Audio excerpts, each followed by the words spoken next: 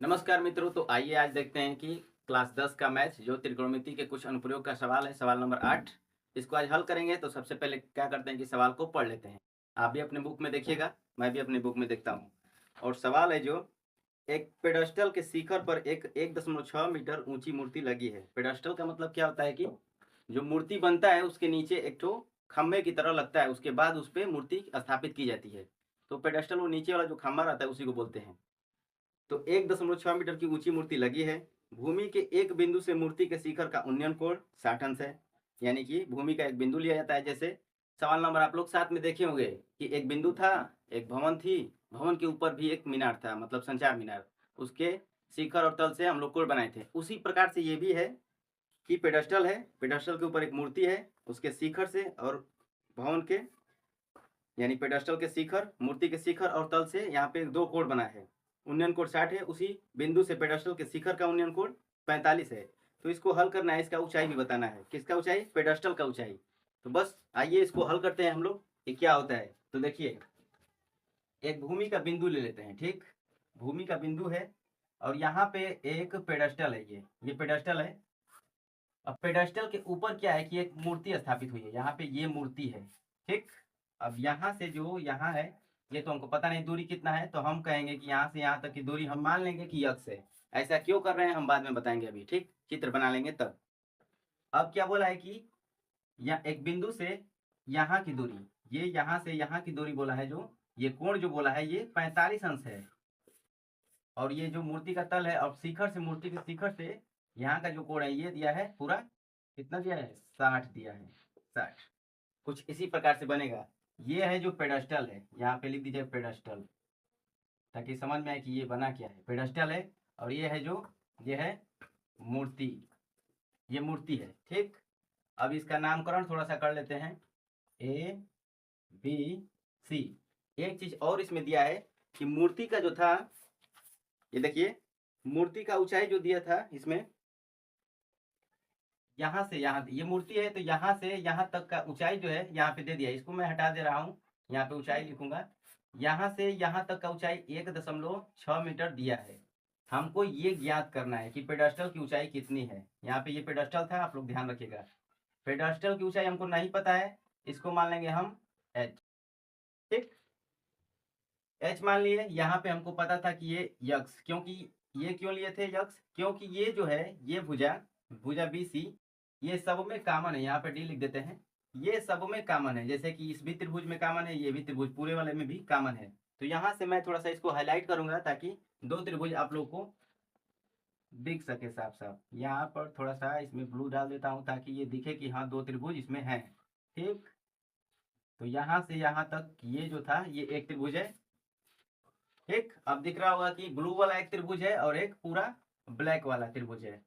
तो सब में देखिए दोनों में कॉमन क्यों, कौन सी भुजा है? ये बीसी भुजा जो है इन दोनों त्रिभुजों में कॉमन है, इसलिए इसको यक्स मानना पड़ा, क्योंकि ये दोनों में आएगा। तो हम लोग हल करेंगे तो उसमें आसानी होगा।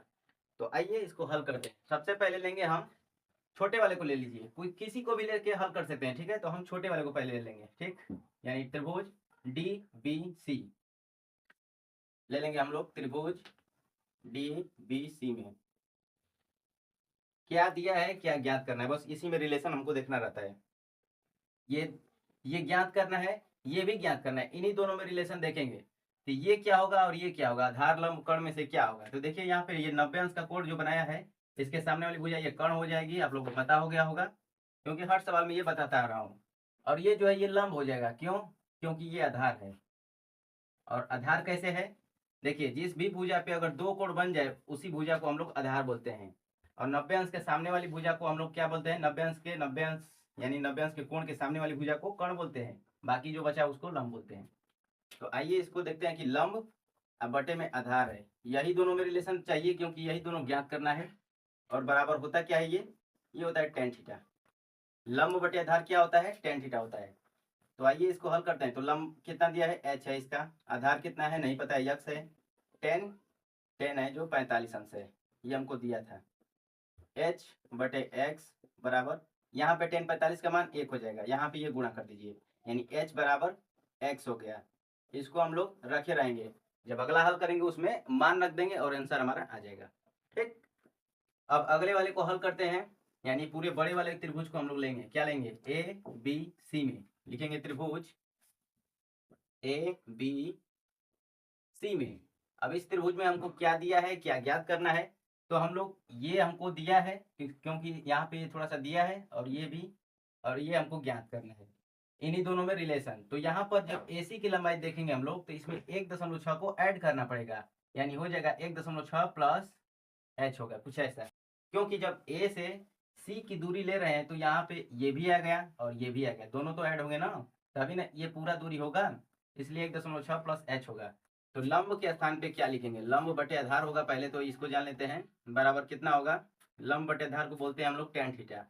लंब कितना है? तो लंब अभी मैंने बताया कि 1.6 प्लस h होगा। आधार हमको नहीं पता था तो x माने थे, x मान लीजिए बराबर। अब tan में कितने अंश का ये बन रहा है? ये 60 अंश का बन रहा है, क्योंकि ये बड़ा वाला लिया जाएगा अब, क्योंकि ये बड़ा वाला त्रिभुज के लिए बड़े वाले कोण को हम लोग लेंगे। आगे हल करते हैं 1.6 प्लस h बटे में x। अब यहाँ पे इसका मान रख लेते हैं, इसका मान कितना होता है? करने में 3। अब ये क्रॉस मल्टीप्लिकेशन होगा, गुणा होगा, तो क्या हो जाएगा? 1.6 प्लस h बराबर x करनी में 3। अब यहाँ पर हमको ज्ञात क्या करना था उसको हम लोग देख लेते हैं। यहाँ पे हमको ये h ज्ञात करना था, तो हम लोग क्या करेंगे कि जहाँ x का मान आया है, x बराबर h है, h बराबर x है, किसी को भी आप रख सकते हैं। तो हम लोग को h का मान चाहिए तो हम लोग h को ही यहाँ पे रखेंगे, यानी x के जगह पे क्या रख सकते हैं? हम लोग h रख सकते हैं। 1.6 प्लस h बराबर इस x के स्थान पे हम लोग क्या करेंगे? h को रख देंगे, क्योंकि दोनों आपस में बराबर है। ठीक, अब क्या करेंगे? इस h को ले जाएंगे उस तरफ, तो कितना हो जाएगा? 1.6 बराबर h करनी में 3, और ये जो h है उधर जाएगा तो क्या हो जाएगा? माइनस में h हो जाएगा। 1.6 बराबर ये जो है इसको आप लोग कॉमन ले लीजिए, h कितना आएगा? करनी में 3 माइनस 1। अब h बराबर जब निकालेंगे तो क्या आ जाएगा? 1.6, और ये जो पूरा है जो ये बटे में आ जाएगा, यानी आ जाएगा करनी में 3 माइनस 1, कुछ ऐसा आ गया। लेकिन हम लोग कोई भी सवाल लगाते हैं तो जब भी हमारा आंसर आता है वो करनी नीचे नहीं रहना चाहिए, तो उसका हर का प्रमेयीकरण कर देंगे, हो जाएगा। यहाँ पर वही करेंगे। तो यहाँ पे थोड़ा सा समझ लेते हैं कि h का मान जो आया है वो आया 1.6, और क्या है? बटे में आया करनी में 3 माइनस 1। ये देखिए नीचे करनी में आ गया है, इसको नीचे नहीं रहना चाहिए। जो भी आंसर आता है ना, करनी ऊपर रहेगा तो ठीक है, लेकिन नीचे नहीं रहना चाहिए। तो क्या करेंगे? इसको परमेयीकरण कर देंगे, यानी नीचे वाला का गुणा कर देंगे ऊपर नीचे, लेकिन चिन्ह परिवर्तन करके, यानी हो जाएगा करनी में 3 प्लस 1। अब करेंगे, माइनस है ना, प्लस 1 से गुणा और प्लस 1 से भाग भी दे देंगे इस तरह। ठीक है, तो ये तो गुणा होगा तो वही उतर जाएगा, जैसे में 1.6 करनी में 3 प्लस 1, कुछ इस तरह से हो जाएगा। ठीक, ऊपर का उसी तरह हो गया। नीचे का देखिए, एक कोष्टक में a प्लस बी, एक कोष्टक में a माइनस बी।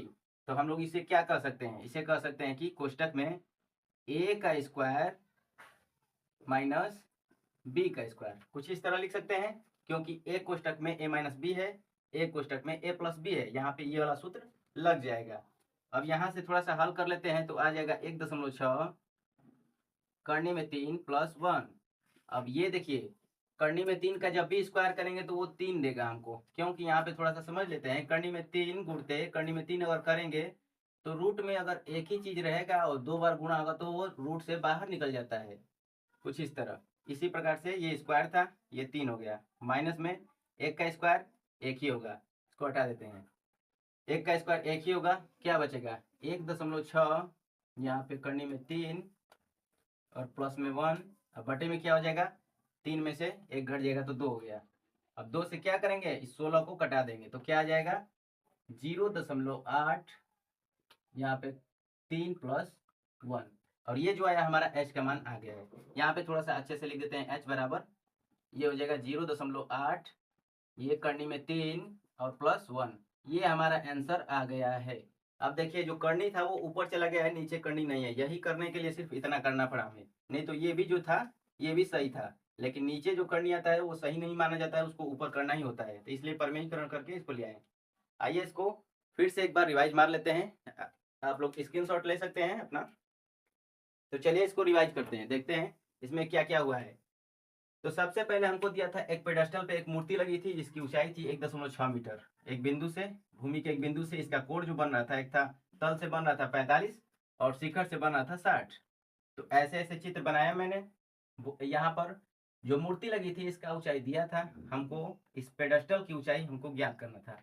देखिए कि ये वाला भुजा हमें दोनों में कॉमन आ रहा है, इसलिए हमको इसे x मानना पड़ा।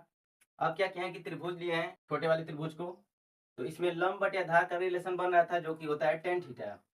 लंब h था, आधार x था, बराबर tan।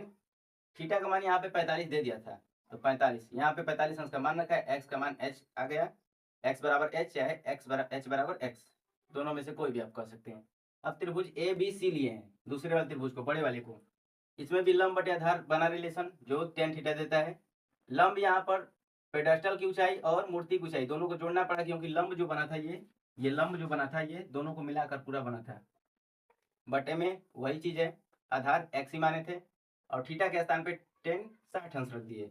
अब यहाँ पे मान रखे हैं, हल किए हैं क्रॉस मल्टीप्लिकेशन, यहाँ से हमको क्या मिला, h का मान मिल गया। इसे सॉल्व करने से h का मान जो मिला 1.6 बटे में आ गया था। अब हम देखते हैं कि कोई भी आंसर बटा में करनी में नहीं आना चाहिए, यानी हर में करनी नहीं होना चाहिए। उसको अंश में करने के लिए इसका परमेयीकरण यहाँ पे हो गया।